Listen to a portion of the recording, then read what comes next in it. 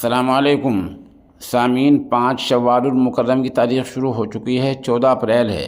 خبر کا عنوان ہے مظفر نگر میں بڑا حادثہ، ایک مزدور کی موت، کئی زخمی بھی، کئی کی حالت تشویشناک ہو چکی ہے۔ خبر تفصیل سے سنیے۔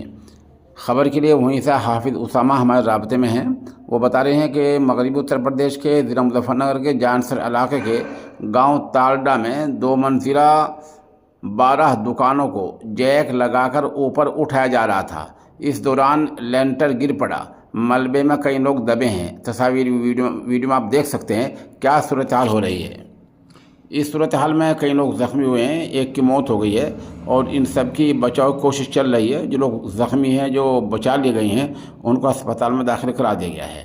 مرنے والا مزدور کون ہے، اس کی پہچان ابھی تک نہیں ہوئی ہے اور پولیس نے ابھی تک زخمیوں کے ناموں کا بھی اعلان نہیں کیا ہے۔